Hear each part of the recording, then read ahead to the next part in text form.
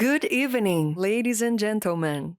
Welcome to Nu Holdings conference call to discuss the results for the fourth quarter and full year 2024.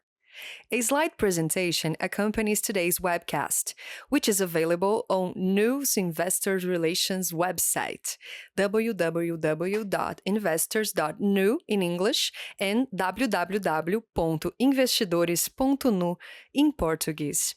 This conference is being recorded and the replay can also be accessed on the company's IR website. This call is also available in Portuguese. To access it, press the globe icon on the lower right side of your Zoom screen, then select the Portuguese room. After that, select Mute Original Audio. Para acessar nossa conferência em português, clique no ícone do globo ao lado inferior direito da sua tela Zoom e selecione a opção Portuguese Room. Ao acessar a nova sala, certifique-se de mutar o áudio original. Please be advised that all participants will be in listen-only mode. You may submit online questions at any time today using the Q&A box on the webcast. I would now like to turn the call over to Mr. Jörg Friedemann, Investor Relations Officer at Nu Holdings. Mr. Friedemann, you may proceed. Thank you, operator, and thank you everyone for joining our earnings call today. If you have not seen our earnings release already, a copy is posted in the Results Center section of our Investor Relations website. With me on today's call are David Vélez, our Founder, Chief Executive Officer and Chairman, Youssef Lahrech, President and Chief Operating Officer, Guilherme Lago, Chief Financial Officer, and Jack Dougall, Chief Product Officer. Throughout this conference call, we will be presenting non-IFRS financial information, including adjusted net income. These are important financial measures for Nu Holdings, but are not financial measures as defined by IFRS and may not be comparable to similar measures from other companies. Reconciliations of our non-IFRS financial information to the IFRS financial information are available in our earnings press release. Unless noted otherwise, all growth rates are on a year-over-year FX neutral basis. I would also like to remind everyone that today's discussions might include forward-looking statements, which are not guarantees of future performance, and therefore you should not put undue reliance on them. These statements are subject to numerous risks and uncertainties and could cause actual results to differ materially from our expectations. Please refer to the forward-looking statements disclosure in our earnings release. Today, David will discuss the main highlights of our fourth quarter and full year 2024 results. After that, Lago and Youssef will take you through our financial and operating results in more details. We will then open the call for questions. I will now turn the call over to David. Please, David, go ahead. Thank you. Thank you, Jörg. Good evening, everyone, and thank you for joining us today. 2024 was another pivotal year in our strategy as we continue advancing in our mission to fight complexity and empower people. Our consistent execution and customer-centric approach drove significant growth across all three geographies. We now serve over 114 million customers with 20.4 million net additions this year alone. Our active customer base grew 22% year over year to nearly 95 million. In Brazil, we continued adding over 1 million customers per month, serving 58% of the population and further consolidating our position as the third largest financial institution in the country in number of customers. In Mexico, we achieved a significant milestone by surpassing 10 million customers, underscoring our strong growth momentum in the country. Beyond customer growth, we strengthened our deposit franchise, particularly in Mexico and Colombia, a crucial step in reinforcing our long-term strategy, bolstering our liquidity position, and enabling prudent credit expansion. Total deposits grew 55% FX neutral to $28.9 billion, while our interest-earning portfolio expanded 75% to $11.2 billion, also on an FX neutral basis. We have maintained our high growth trajectory while significantly strengthening our financial results, demonstrating the efficiency and compounding power of our business model. Revenues grew 58% year over year on an FX neutral basis to $11.5 billion in 2024, driven by sustained ARPAC growth, up 23% year over year in FX neutral terms to $10.7. Our efficiency ratio improved further, dropping below the 30% mark to end the year at 29.9%, making Nu one of the most efficient global financial services platforms, and with room for additional optimization. Notably, net income almost doubled from 2023 to close to $2 billion, with an annualized return on equity of 28%. These results place us among the most profitable financial institutions globally, even while maintaining a significant excess capital position at the holding level. These achievements underscore the power of our low-cost financial model, our commitment to customer engagement, and our ability to deliver sustained profitability at scale. With a strong foundation in place, we remain focused on extending our market leadership, launching new products, and deepening financial inclusion across Latin America. Now, let's move on to the next slide to take a closer look at how we advance on our strategic priorities in 2024. First, in Mexico, we reached an exciting milestone of 10 million customers, up 91% year over year, now serving 12% of the country's adult population. Deposits grew significantly, increasing 438% from 2023 to $4.5 billion, reflecting our position as a trusted financial institution. Our credit card customer base expanded by 70% to 5.6 million, and almost half of these customers did not have any credit card before ours, demonstrating our ability to help increase financial inclusion in the region. Over the last 3 years, our first payment default rate has improved by approximately 50%, while credit approval rates in Mexico have increased by 10%, underscoring the significant enhancements in our risk models and their impact on both credit performance and accessibility. We also expanded cash-in and cash-out access to over 30,000 contact points, a critical component of our long-term strategy to digitize and democratize financial services. Now moving to secure lending in Brazil. This portfolio grew an impressive 615% year over year to $1.4 billion, representing 23% of our total lending portfolio. We signed 9 new agreements with collateral counterparties in the public sector, expanding our total addressable market for payroll loans to 70% of the segment. As a result, 12 million of our customers are now eligible for payroll loans, along with an additional 80 million for FGTS loans. We also enhanced our portability solution and features, and as of December 2024, 16% of INSS originations came from customers who brought their loans to Nubank and refinanced them under better conditions.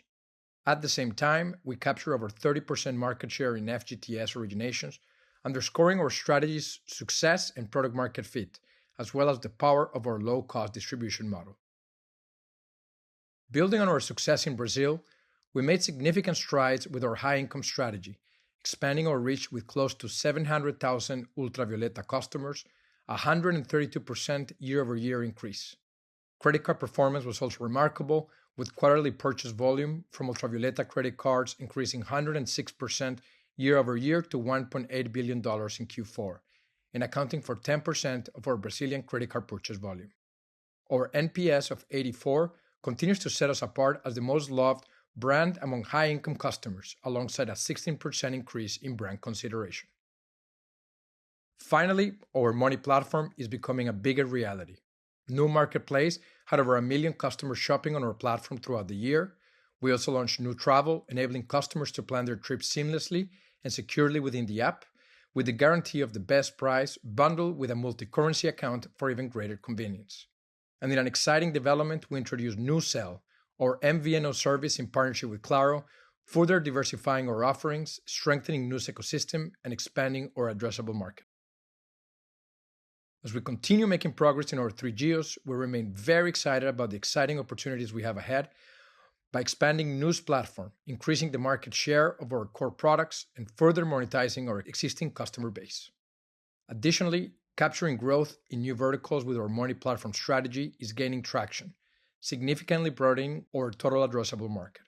The strategic expansion of our ecosystem has continued with the launch of NuCel in Brazil's massive telecom services market and the build-out of new marketplace. What's particularly exciting is that these are entirely new and significant avenues of growth for us, along with new travel and new pay. Reflecting on 2024, we're very pleased with the progress we've made across our strategic priorities, and we see several early indicators confirming that we remain on the right path. Nevertheless, our perspective is that it's still just day one. We remain focused, ambitious, and excited about what's ahead. And with that, I'd like to pass the floor to our CFO, Guilherme Lago, who will walk us through the details of our financial results. Over to you, Lago. Thank you, David. Good evening, everyone.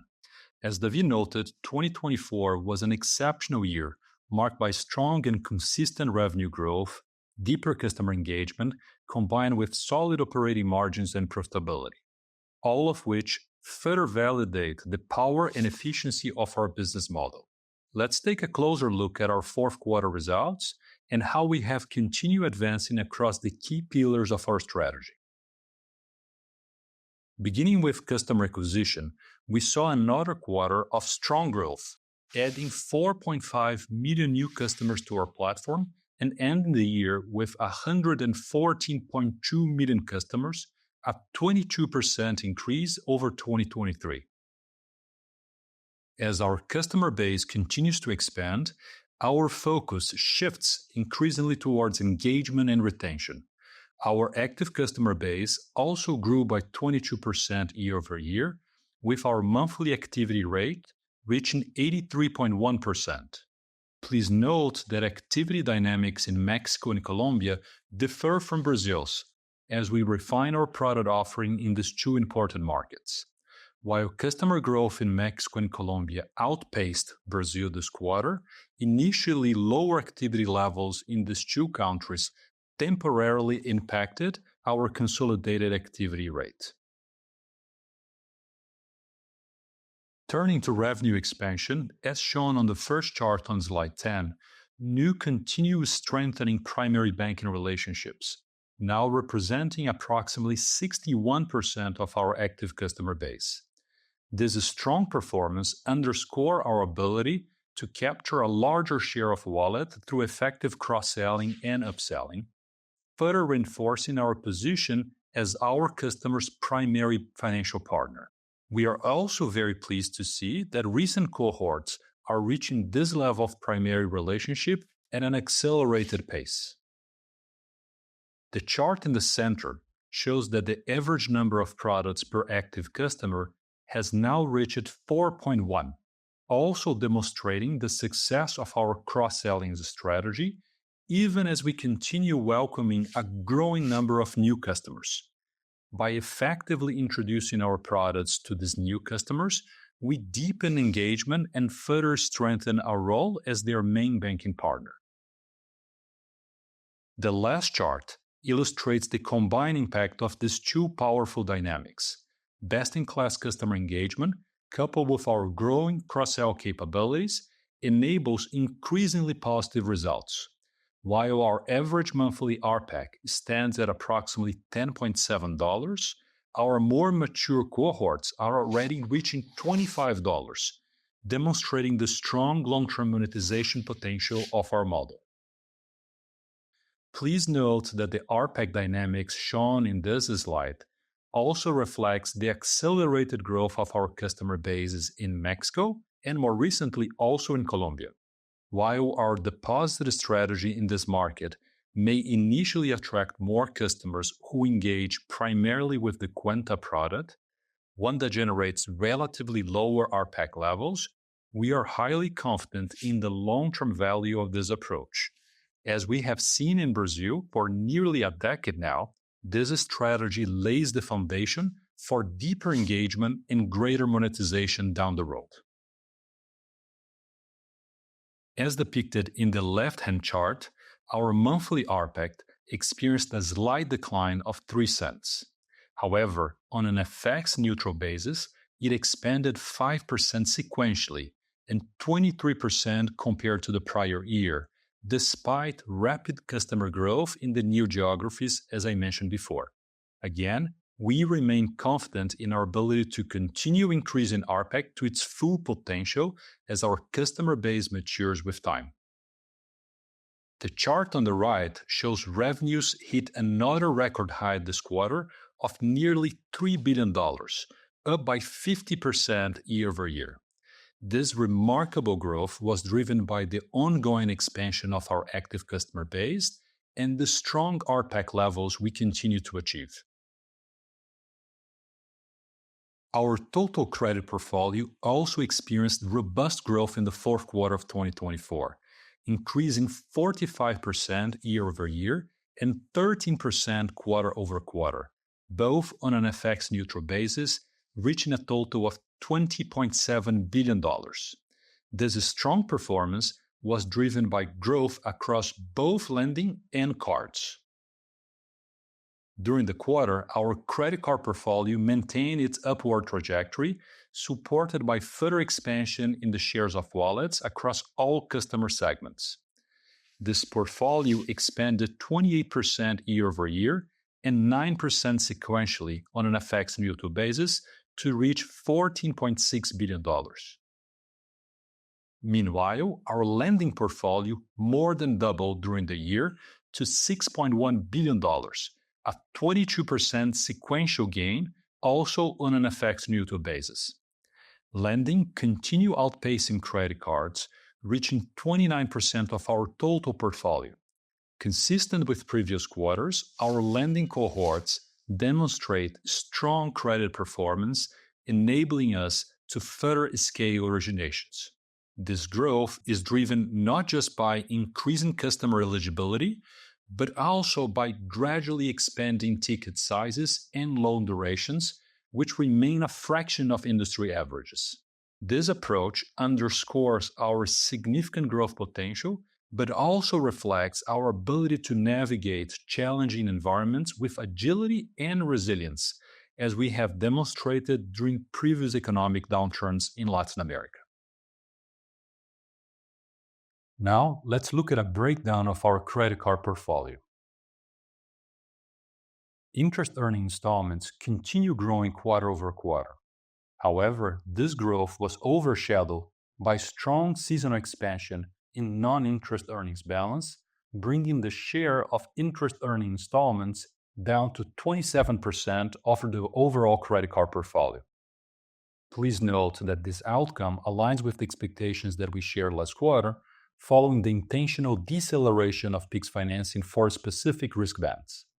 Although demand for Pix financing products and their profitability remain very strong, we have deliberately tempered the pace of eligibility expansions during the second half of 2024 to carefully monitor the performance in the coming quarters and to assess what we call the second-order effects of this product on customer engagement and the long-term value of customer relationships. Now, at the beginning of 2025, after a more extensive testing and adjustments, we began refining our Pix financing offer for different risk bands, taking into account customers' potential exposure to this product to mitigate any undesirable effects on asset quality or engagement across our platform. Given this approach, and especially in a more challenging macroeconomic environment, we do not anticipate a significant expansion of Pix financing penetration, at least in the short term. Let's move to our lending business. Originations surged 84% year over year to 18.4 billion reais in the quarter.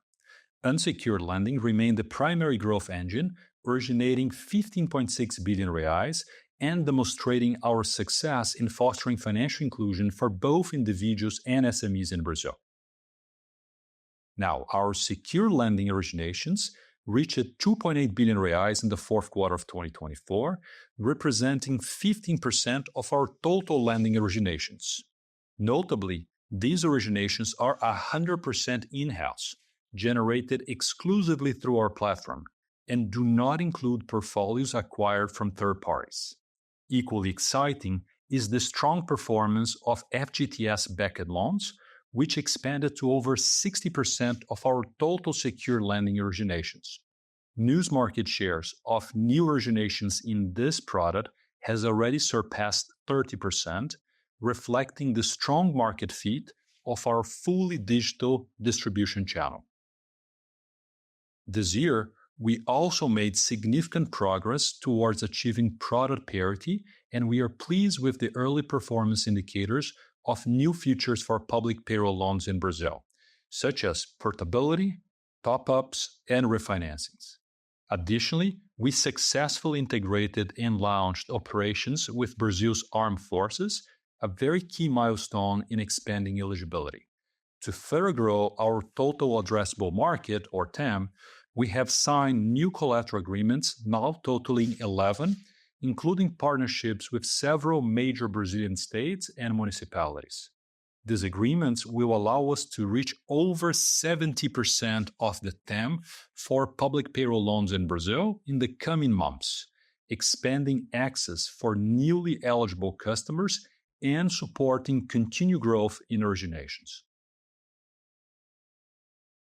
On the funding side, our total deposits for the quarter increased to $28.9 billion, up 55% year-over-year on an FX-neutral basis. This growth was supported by robust expansion across our three geographies.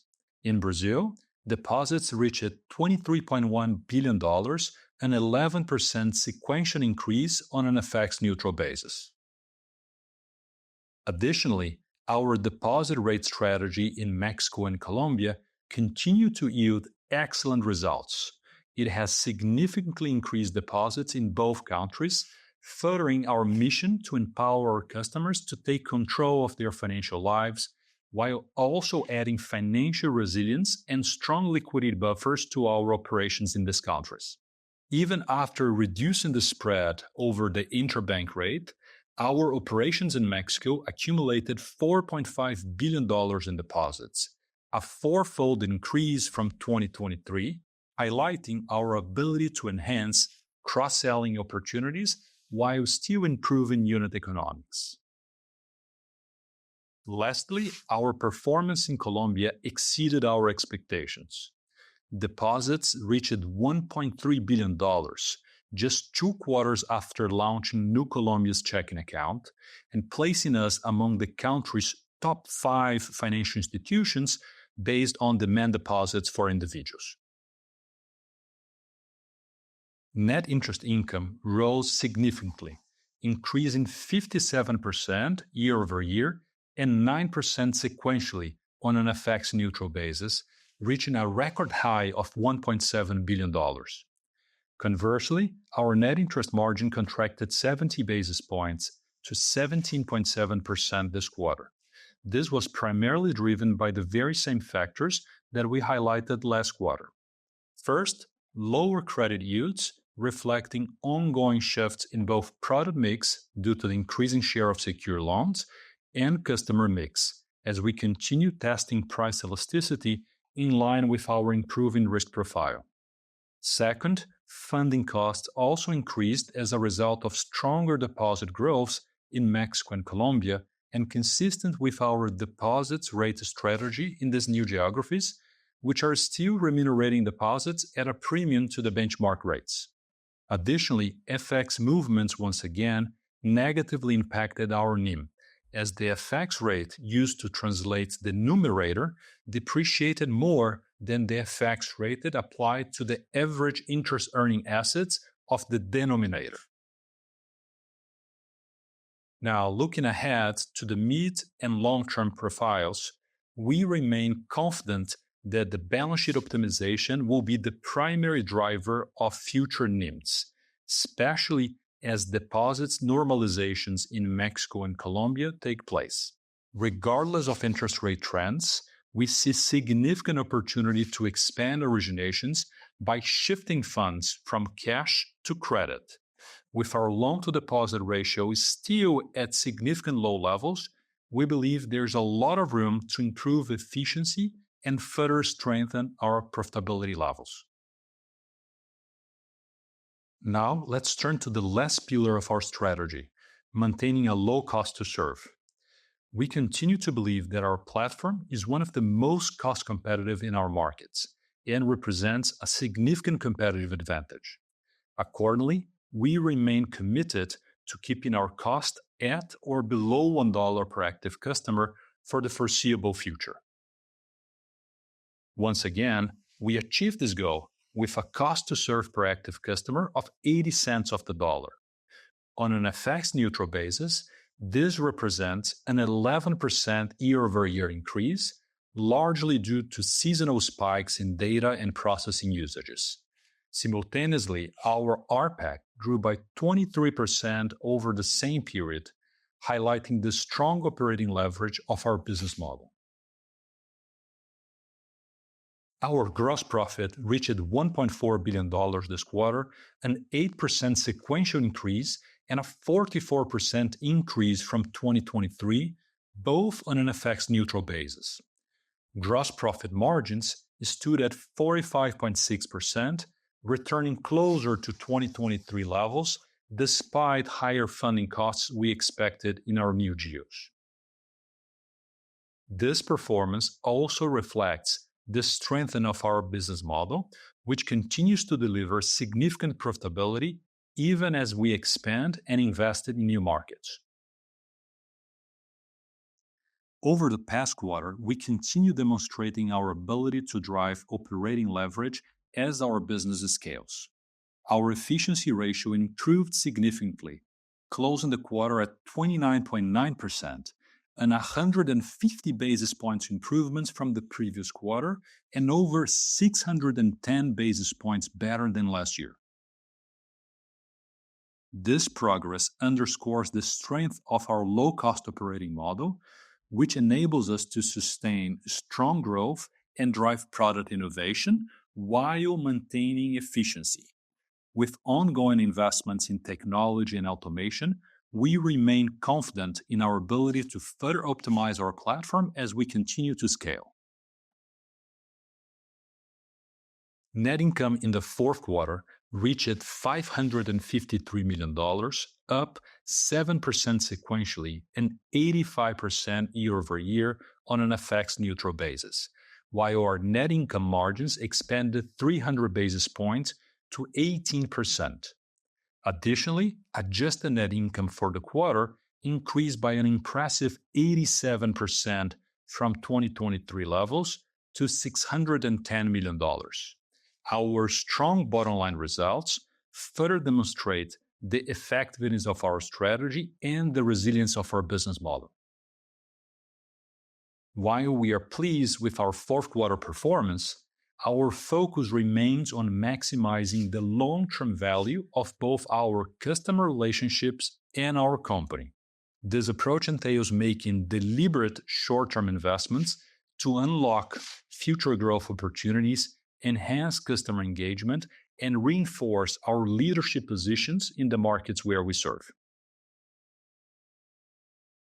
Now, I'll hand the call over to Youssef, our President and Chief Operating Officer, to discuss asset quality and the overall health of our credit portfolio.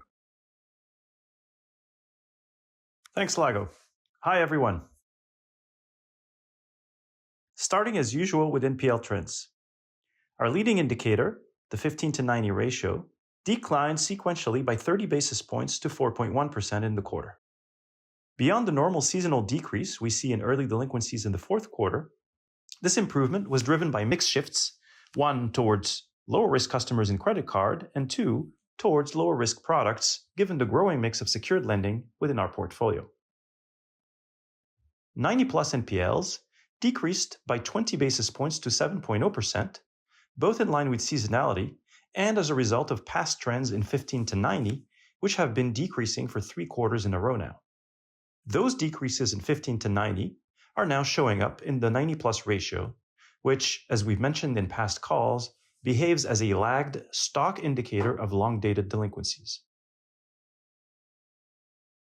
This next slide highlights asset quality trends for both 15 to 90 and 90-plus NPLs, but this time on the basis of interest-earning balances rather than total receivables in the denominator.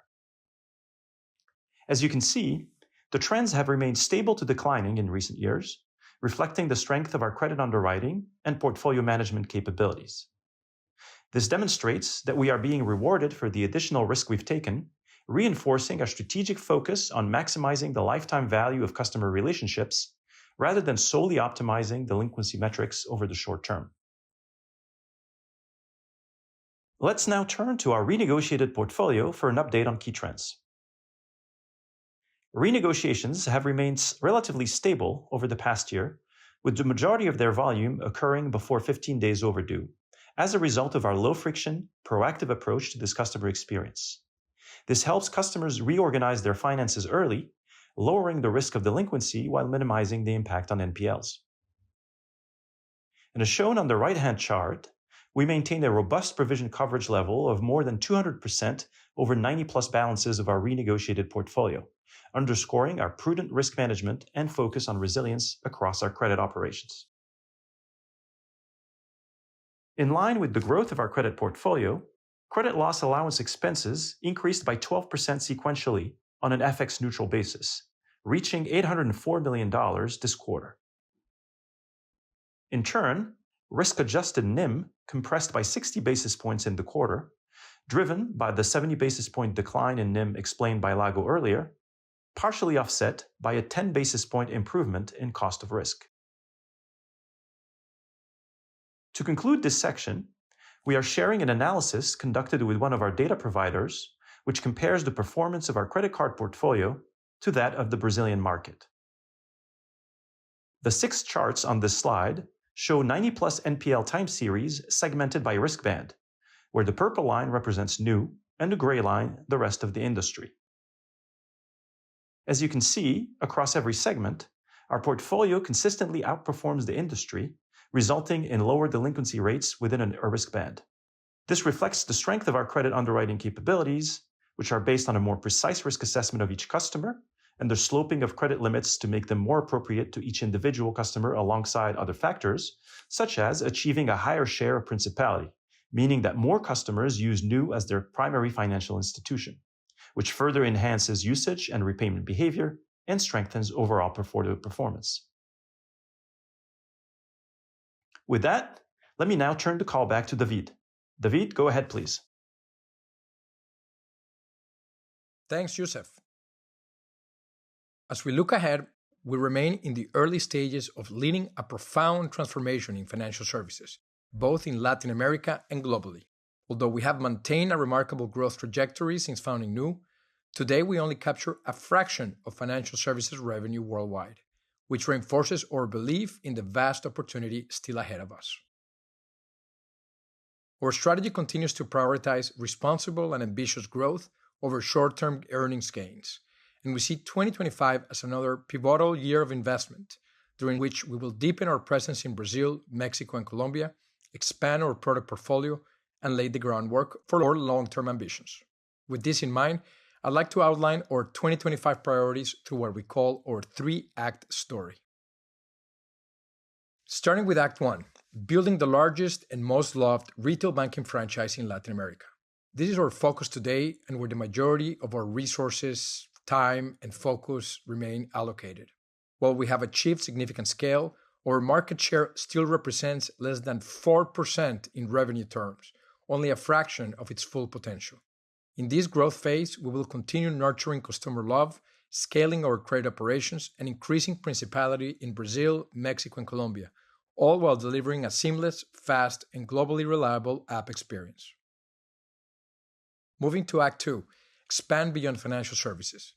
We embarked on this journey a few years ago with our entry into the marketplace, travel, and more recently, telecom verticals. With a large and highly engaged customer base, one of the most loved and trusted brands in Brazil, and significant data and cross-sell capabilities, we believe we have earned the right to go beyond traditional financial services. Our goal is to create an ecosystem that broadens our addressable market and empowers customers to optimize their spending. Building upon the engagement and needs of our customers, we believe this strategy will enable the launch of new verticals in the future. And finally, Act 3, a global AI-driven digital banking model. This is our long-term vision. We endeavor to evolve our regional digital banking platform into a global model, leveraging artificial intelligence to provide hundreds of millions of customers with access to financial products and services that have historically been reserved for a select few. In 2025, we will take critical steps to turn this vision into reality by building the necessary foundations to support our products and services at a global scale. As our three-act story unfolds, our unwavering focus remains on execution, customer-centric innovation, and sustainable growth. We have built a technology platform with the potential to truly redefine financial services across Latin America and beyond, and we're more than excited than ever about what lies ahead as we develop our platform to thrive in this new asset class. Thank you for your continued support, and we look forward to another year of progress and positive impact. With that, we're now ready to address your questions.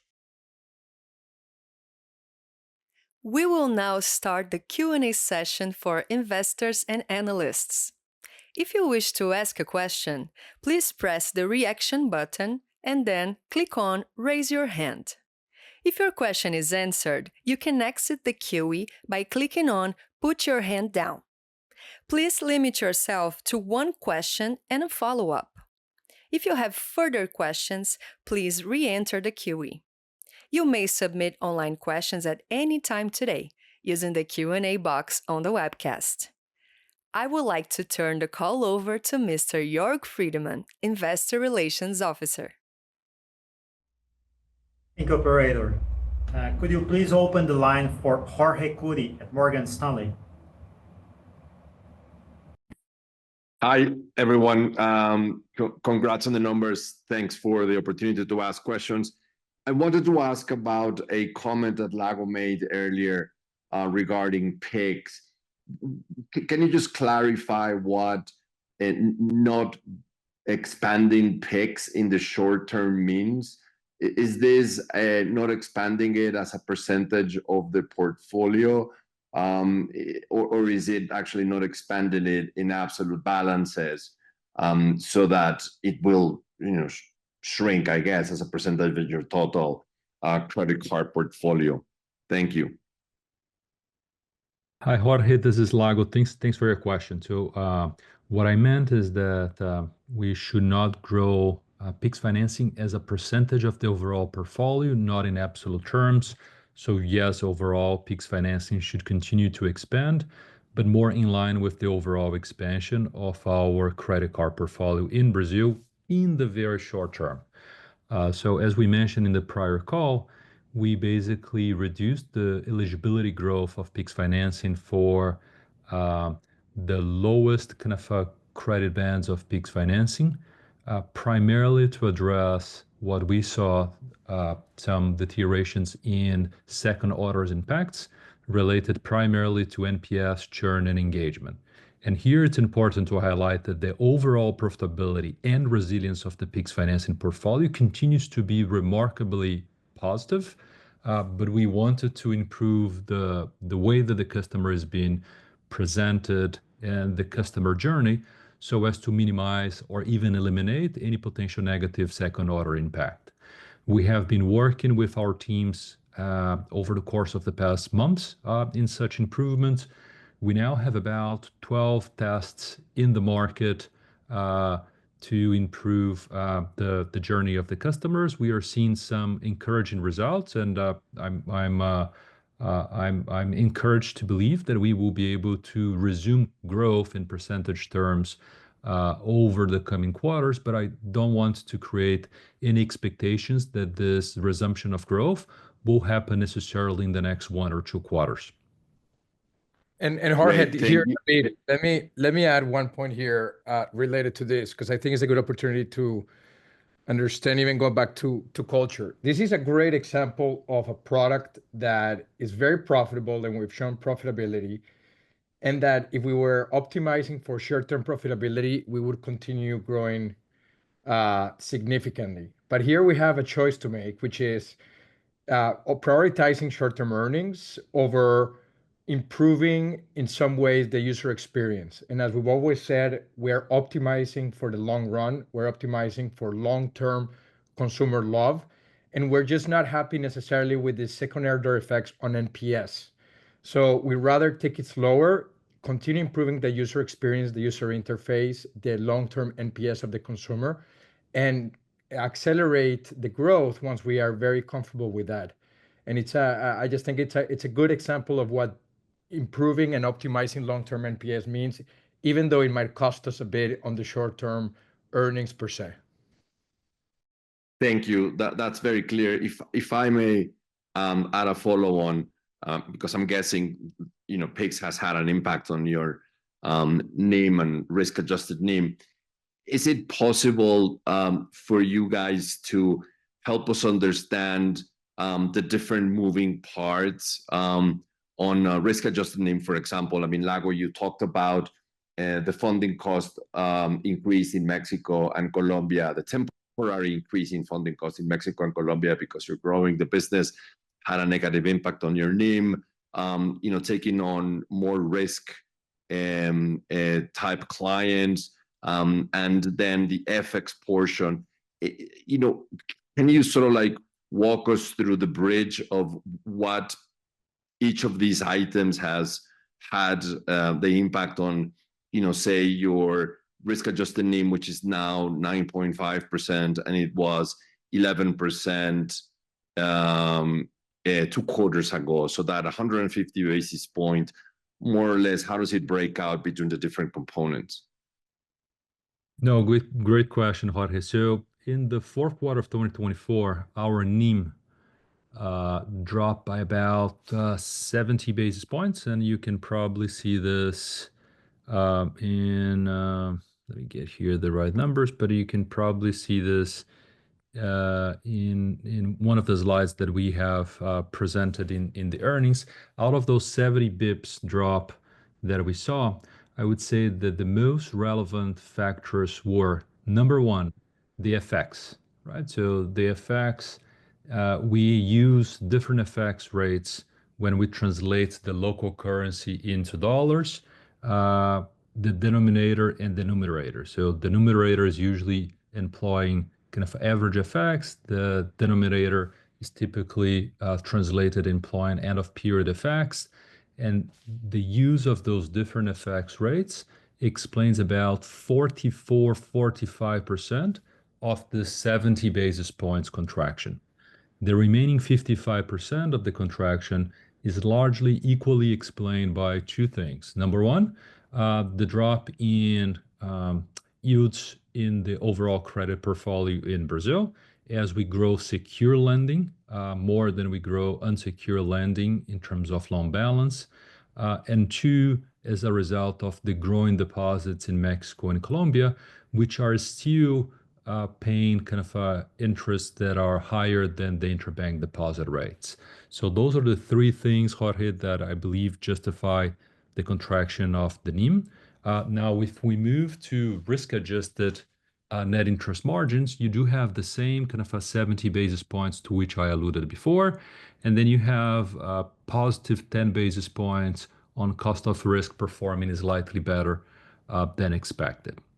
Going forward, how do we see this? And so certainly there are a lot of moving parts with respect to product mix, with respect to Brazil versus our international geos. But we continue to believe that the most relevant outlook for NIMs and risk-adjusted NIMs is the optimization of the balance sheet. We continue to have a loan-to-deposit ratio that is below 40%.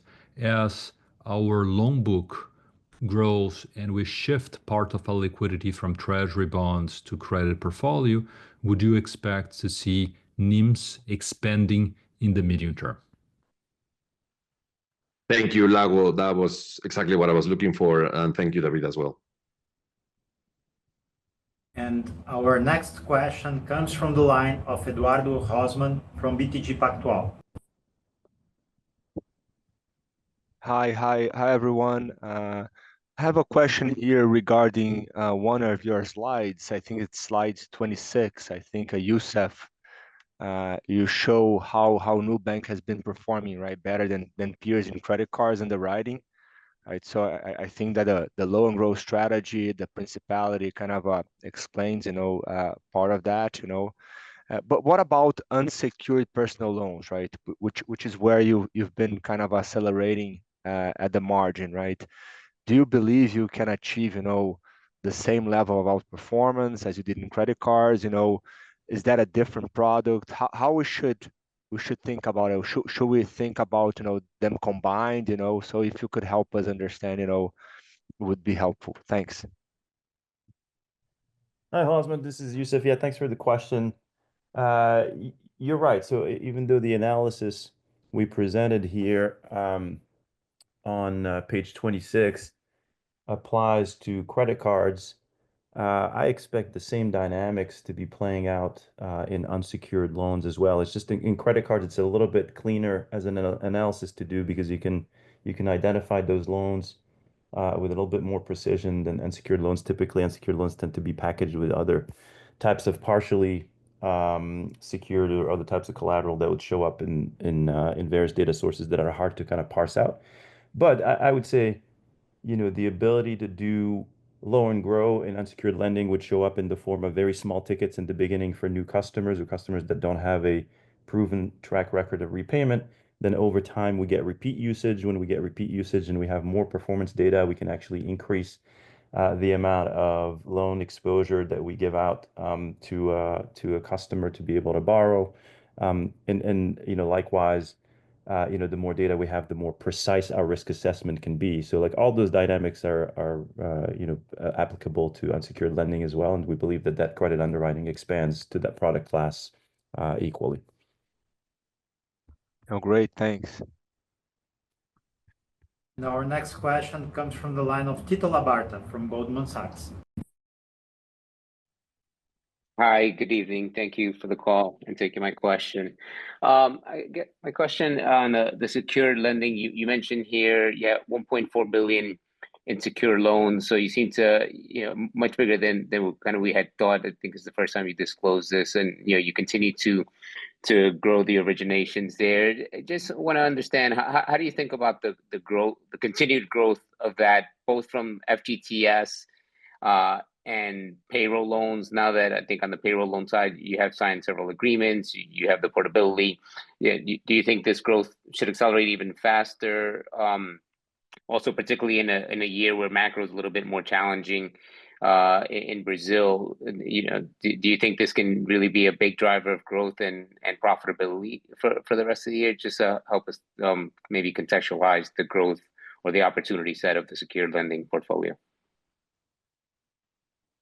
No, Tito, thanks so much for your question. And we couldn't be more excited with the growth of our secure lending portfolio and both kind of the direct P&L and unit economics that it brings, but also the strategic relevance of growing in an asset class that has proven to have a relatively good correlation with principality for our customers. But let me try to break down my responses in a few. So within the secure lending portfolio today, we basically have three asset classes. We have public payroll loans, we have FGTS, and we have investment-backed loans.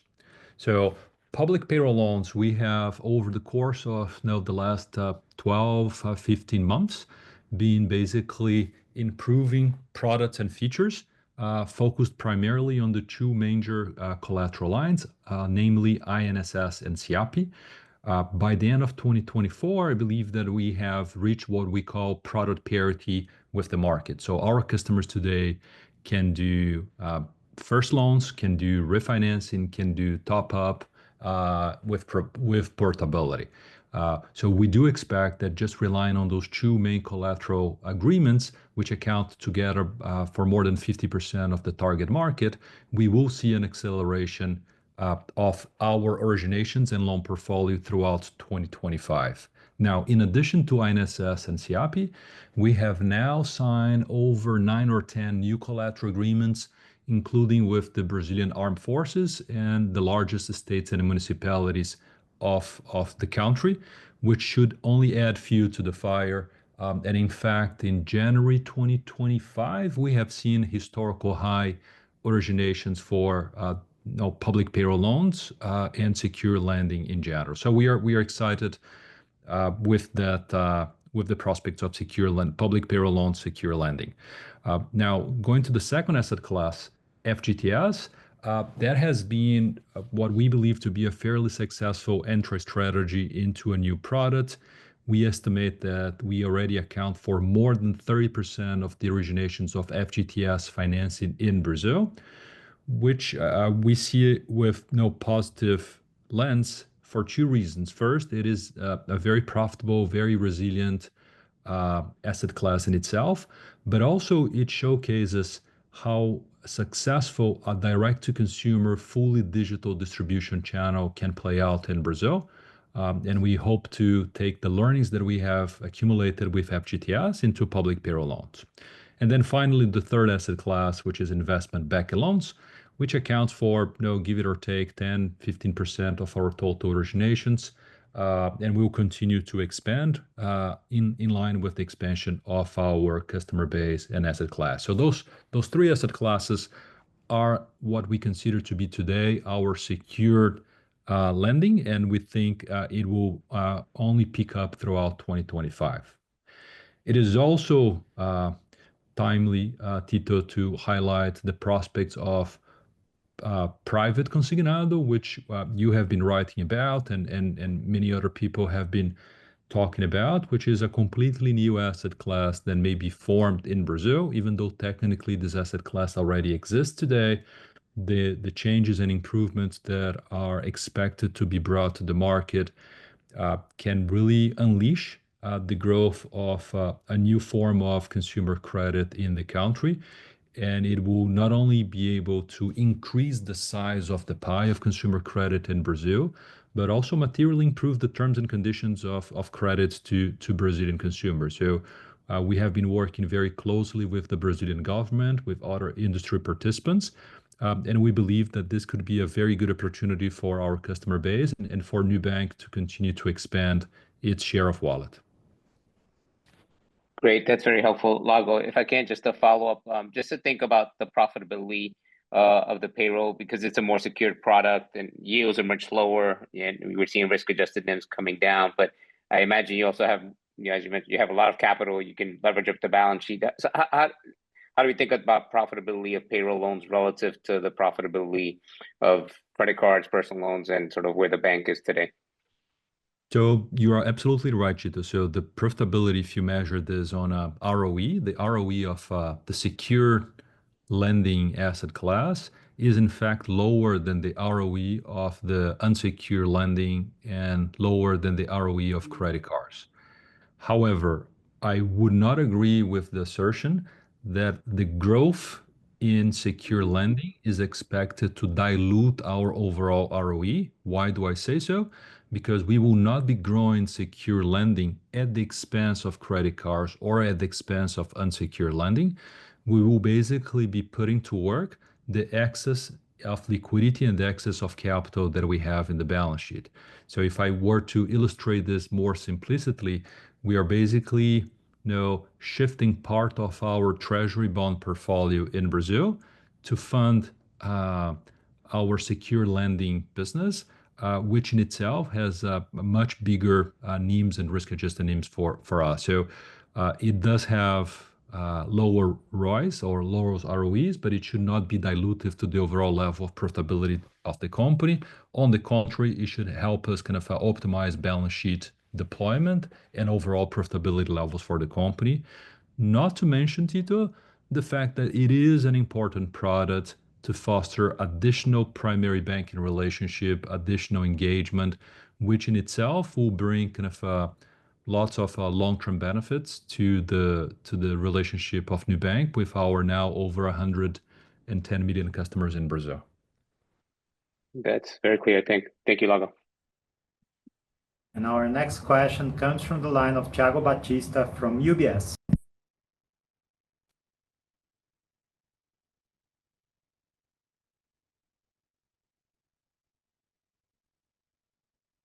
Thiago, your line is open. Can you hear me? Yes, we can. Okay. I have one question about the credit card business, especially in Brazil. When we look for the numbers and your market share by segment, seems that Nu is approaching to a kind of maturation of this product in the country. Do you agree with this view that there is not a lot of room to expand in the credit card business in Brazil? And just as a follow-up on this point, we saw this quarter a contraction in the NII of credit card. Do you have this was caused by the PIX financing, or there is any other explanation for this contraction in the NII of the credit card business? So let me thanks for the question. Let me try to get the reduction in the NII or in the yield of credit card, then I'll let Jag or Youssef comment on our credit card penetration across the segments and the growth opportunities that we continue to have within this product in Brazil. So generally, what you will see is that what we call credit card yield over the past 2 or 3 quarters has decreased in Brazil. That has been largely a function of 2 things. So as we continue to grow our shares in our more affluent customers, namely what we call UV or ultraviolet, we operate with lower price points when we enter more affluent customers. And as the growth of more affluent customers through UV has outpaced the growth of less affluent customers and therefore has gained relevance in our overall portfolio, it has contributed to a slight contraction in the credit card yield.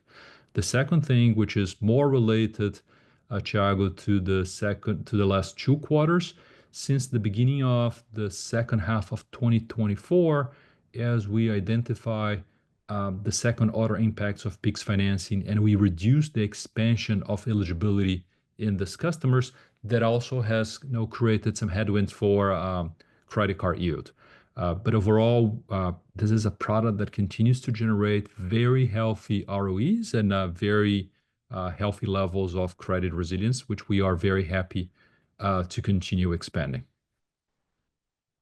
Yeah, Lago, let me compliment on the question from Thiago. Thiago, I think the short answer is we still see significant room for growth in credit card in Brazil. I'll go through it sort of step by step. First of all, in the typical mass market customer that we've historically served, you will note that we've made efforts to re-engage customers who were previously inactive and made some progress on that. That is an ongoing effort. And we have a portfolio of initiatives against that through last year and into this year. And we expect incremental progress in continuing to have improvements in customers' activity and purchase volume, etc. There are also significant opportunities, we believe, over the medium term to grow into other segments where we've historically not played as much. I'll point out 2 of them. First is the high-income customer segment, where over the course of 2024, we have well over doubled the number of Ultravioleta customers and also doubled our purchase volume from Ultravioleta credit cards as we've worked to significantly improve that product.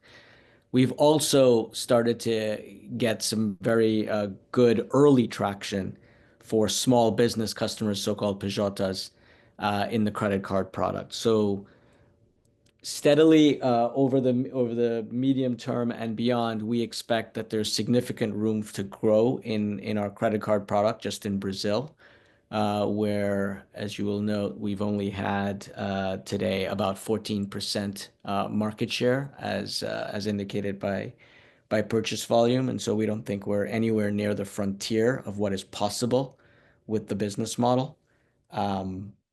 There's more room for growth in the mass market, even though our shares are higher there. And there are many new segments which we've been laying the groundwork for several years, and in particular in 2024. Very clear, Lago and Jag. And our next question comes from the line of Gustavo Schroden from Citi. Hi, good evening, everybody. Thanks for the opportunity. My question is regarding the credit cycle. We've seen some signals of a potential deterioration in inflation for foods, and we know that there is a high correlation between inflation and asset quality, also an environment of high interest rates, and some questions about the macroeconomic environment. And then we've seen, I mean, the system or most of banks that we talk to adopting a more conservative approach on the credit concession. And I can see that according to this call and your words, we can see that Nu is still, I would say, relatively positive in terms of credit growth. Of course, excluding the Pix Finance, as I explained, that you need to redesign the product. But on the other products, we can see you still positive on the pace of growth. I'd like to understand what's the difference here, and if you do not have concerns about potential adverse selection in this environment. Thank you. Hi, Gustavo. This is Yusuf. Thanks for the question. Listen, I wouldn't say that we're not concerned about macro. In fact, just as a reminder, in the way we underwrite credit in good and bad times, we're always very concerned about adverse effects from macro factors, external factors, and just kind of generally unknown factors. And so this is why we always say that when we underwrite a loan or a credit card or any form of credit, we expect the future to be significantly worse than the past, right? Those are the assumptions that we put in our models to underwrite. They always have a significant stress from a forward-looking perspective. And we've adhered to that philosophy, throughout. This is not the first time that, we face or we're facing a negative outlook with respect to Brazil macro in particular. And not only that, it's a matter of outlook. We've actually gone through severe recessions throughout our 10+ year history. So we have both a battle-tested portfolio and a battle-tested kind of underwriting framework around that. So, we try not to time the market with a lot of precision because we don't think we have a better crystal ball than anyone in terms of forecasting short-term, what happens to macro, what happens to asset quality. And so we prefer to take a very conservative approach and assume that the future is going to be worse than the past at all times. And we've learned that, in terms of our ability to withstand, negative parts of the cycle, the decisions we make in good times, when the macro is favorable, tend to drive our performance of the portfolio in bad times. And so, we think we've underwritten a portfolio throughout the cycles that is very resilient, that can withstand, over twice the amount of risk that we've observed and still be, profitable and above hurdle from an NPV perspective. And so we continue to underwrite with that level of caution, built into the system.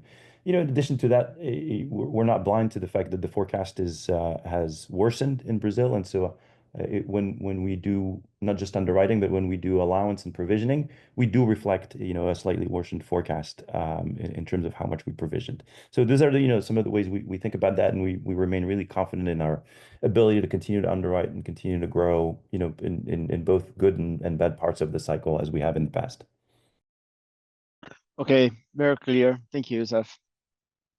And our next question comes from the line of Mario Pierri from Bank of America. Hi, good evening, everybody. Thanks for taking my question. I wanted to ask the question to Davi. On your last slide, you talked about taking the critical steps to build a global franchise or global scale this year. I wanted to hear a little bit more. What does this mean in terms of investments and costs? In exactly what is the plan? Are we talking about here then which markets are you looking to enter? Are you most excited about potential US franchise or expanding in Southeast Asia, Africa, or other countries in Latin America? So again, if you can give us a little bit more, what are you thinking about becoming this global digital bank? And also, what does this mean in terms of expenses in 25? Thank you.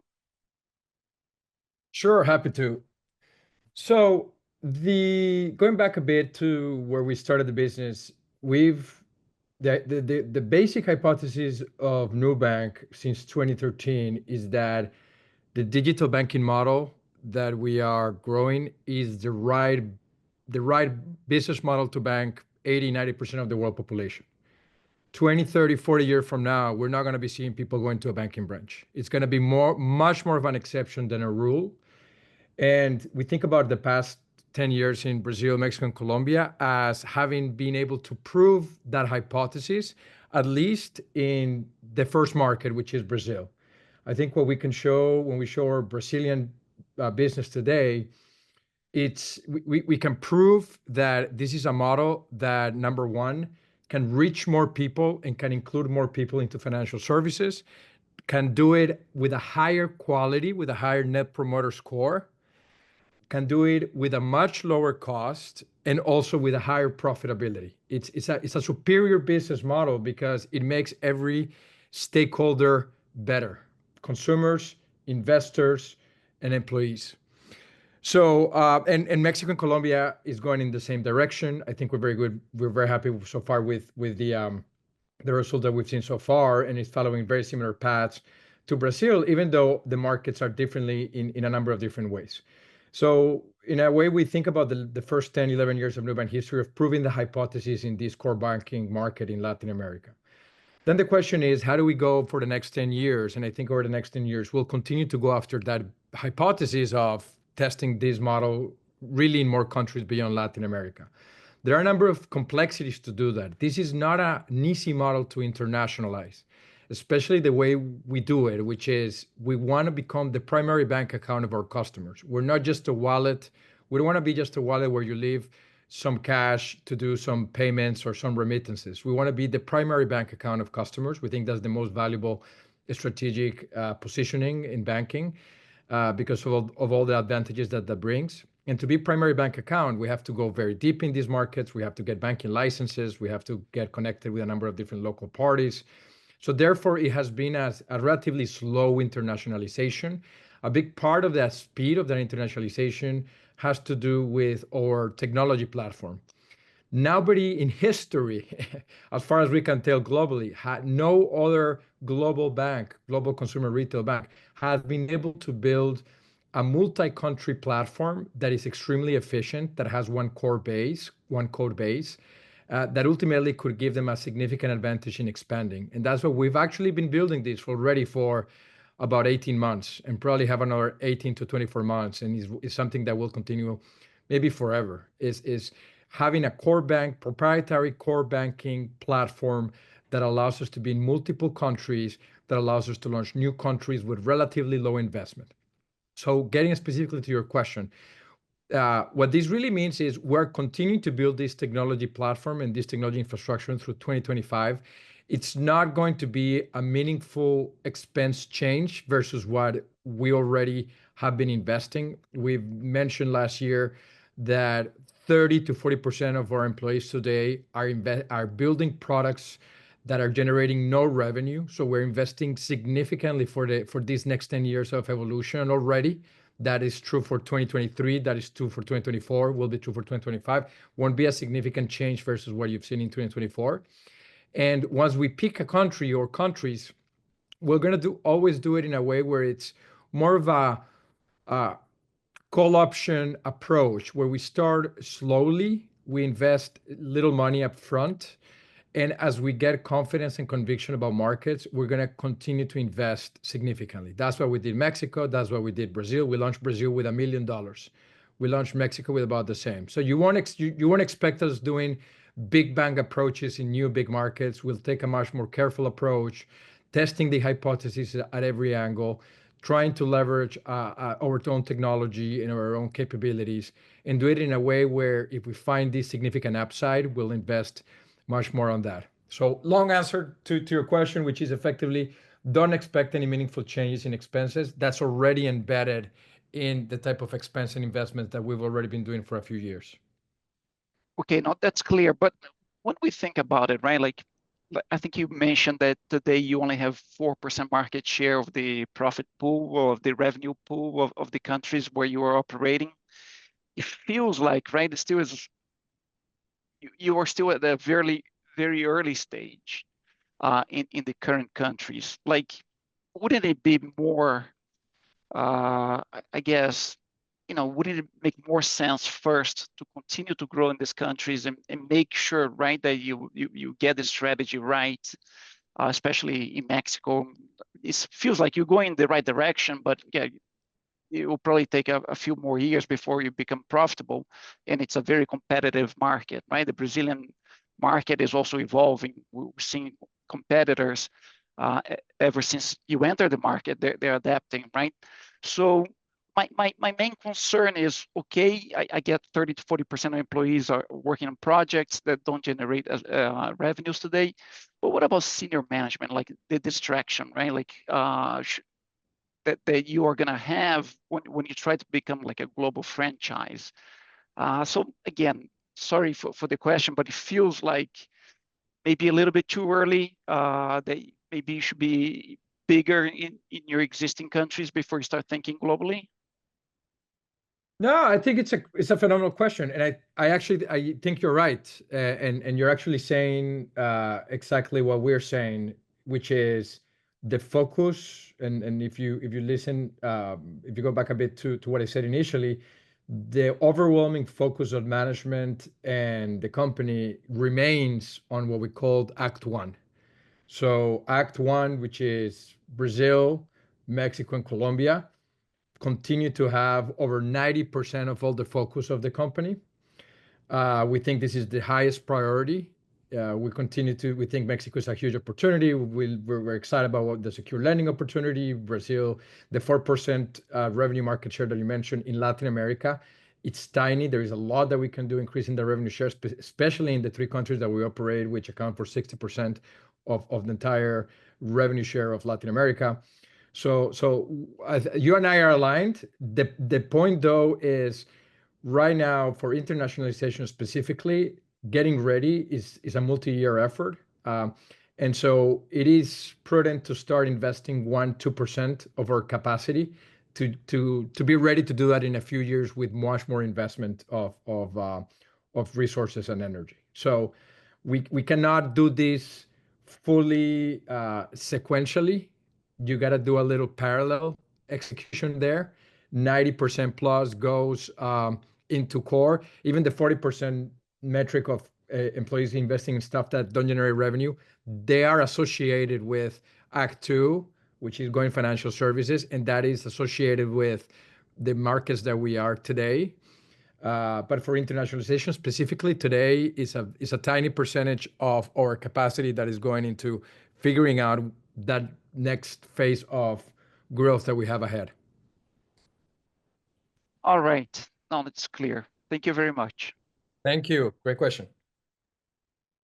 And our next question comes from the line of John Coffey from Barclays. Great. Well, thank you very much for taking my question.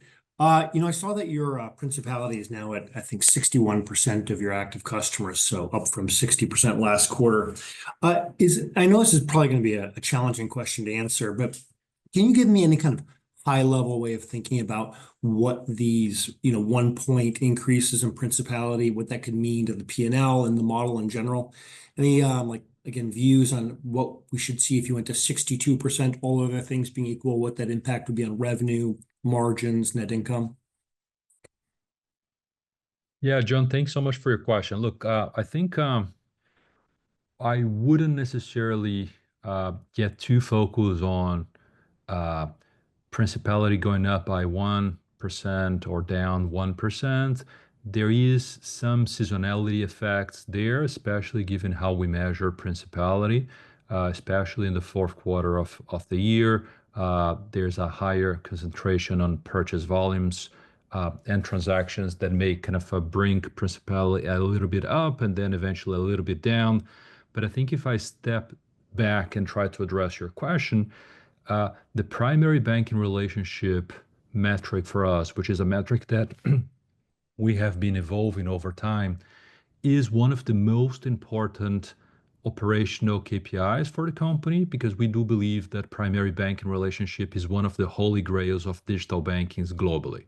Why do we say so? Because the RPAC of a primary banking relationship customer is now 3 to 4 times higher than the RPAC of a non-primary banking relationship customer. The delinquency of a primary banking relationship customer is 48% lower than the delinquency of a non-primary banking relationship customer on an apples to apples basis. And so this is the way that our model has been construed. As Davi mentioned, we are not envisioning to be kind of the secondary wallet or an FX play.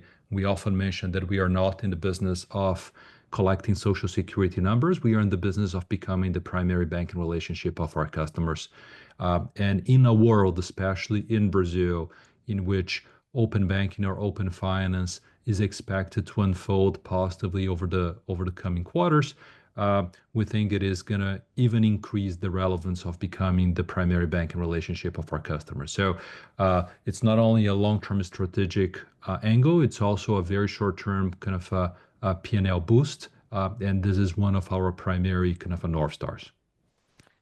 Thank you. One quick follow-up. On your LDR, which dipped from 40 to 39%, I was wondering if you could think a little bit about what the bottleneck is here of why that wouldn't get to maybe 45 in the near term. Would you say most of this is Mexico, which you have a big deposit base, but maybe you're still battle testing the credit model a little bit in that you're not really ready to deploy more of that capital immediately, or is it something else?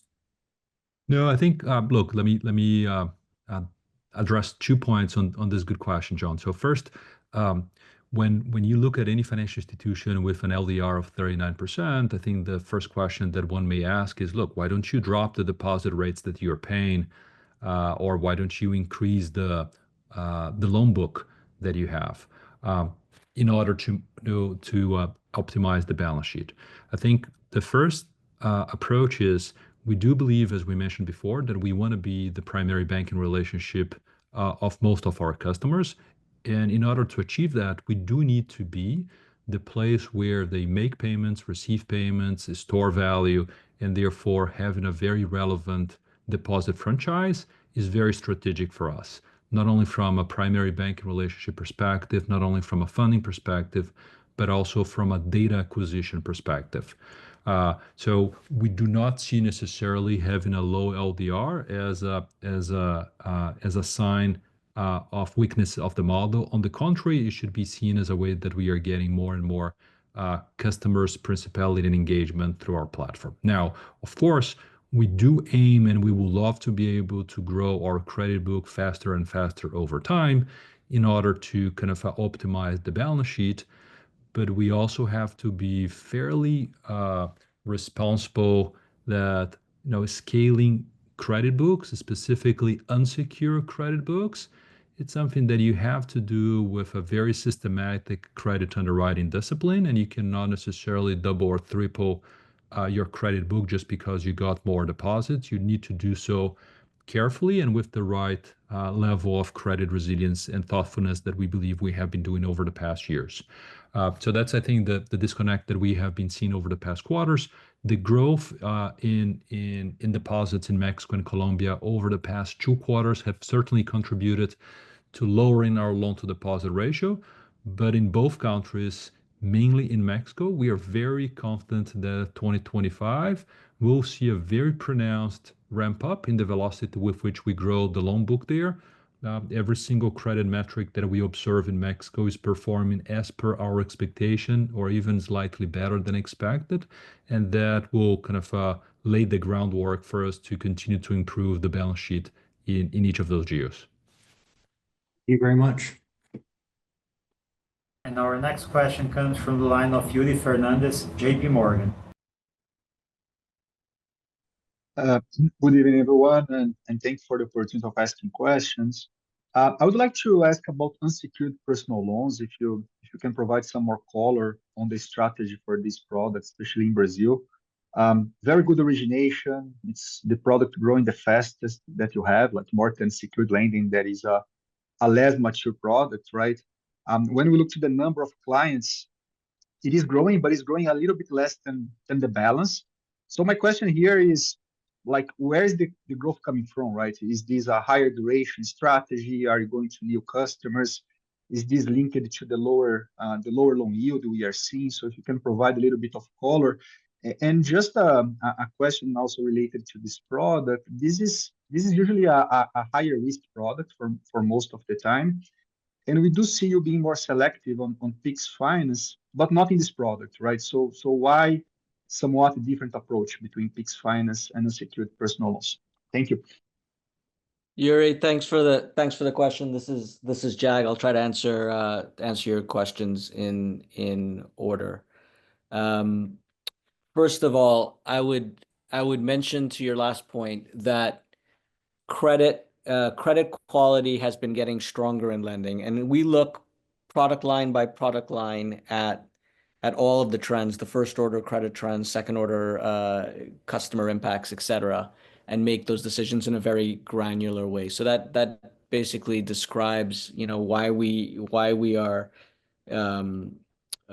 making the decisions we are making in lending and why they might be different in Pix financing or other products.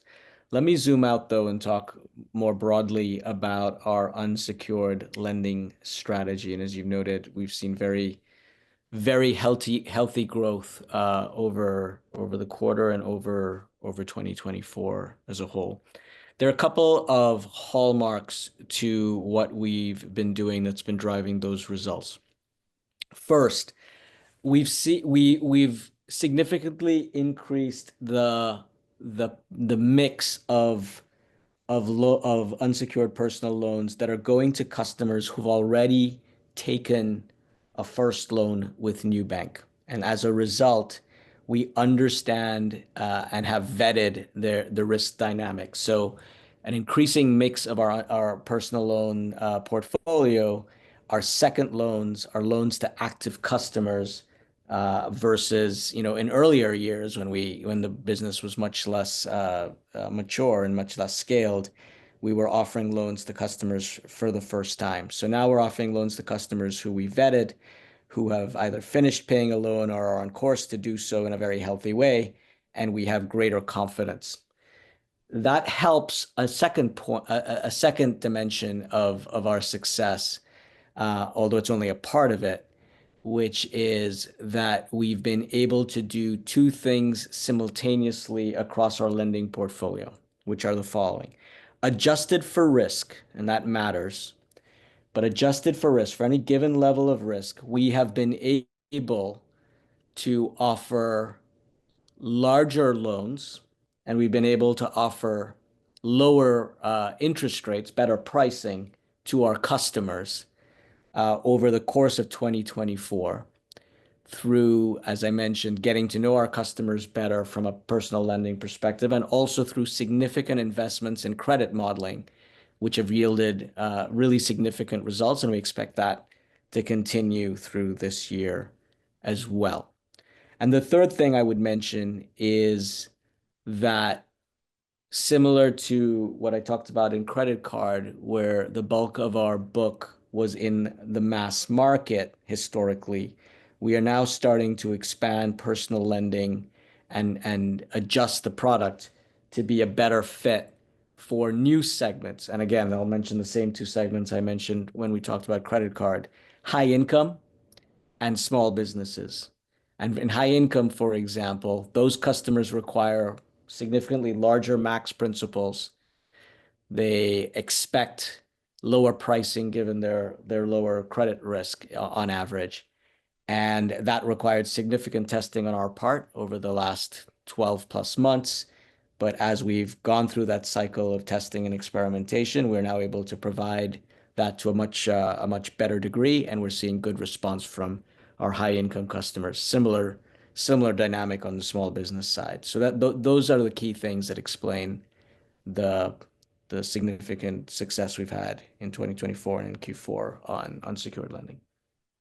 No, super clear, Jag. If I may follow up, just on duration, are you changing the strategy on duration? Are you able to, with this, more comfortable approach on the lending book? I remember it used to be around 6 months, the average duration for this product. Are you able to increase this? Like, how are you seeing the term of the loans here?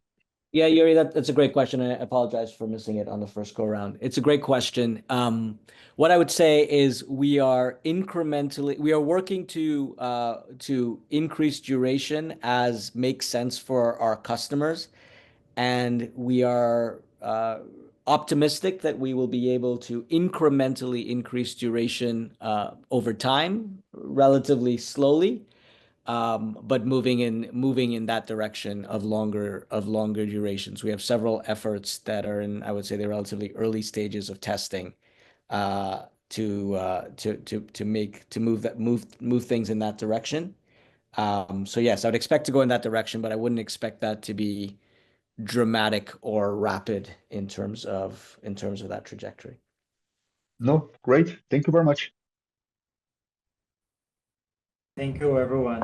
We are approaching 90 minutes of the call, so I will have to end the session. So we are now concluding today's call. On behalf of Nu Holdings and our investor relations team, I want to thank you very much for your time and participation in our earnings call today.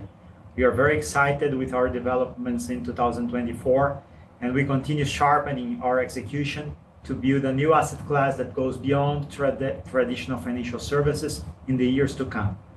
Over the coming days, we will be following up with the questions received by our platform and with those that attempted but were not able to ask questions tonight.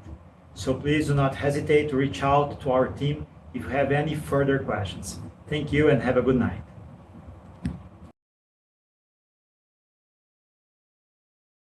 The Nu Holdings conference call has now concluded. Thank you for attending today's presentation. You may now disconnect.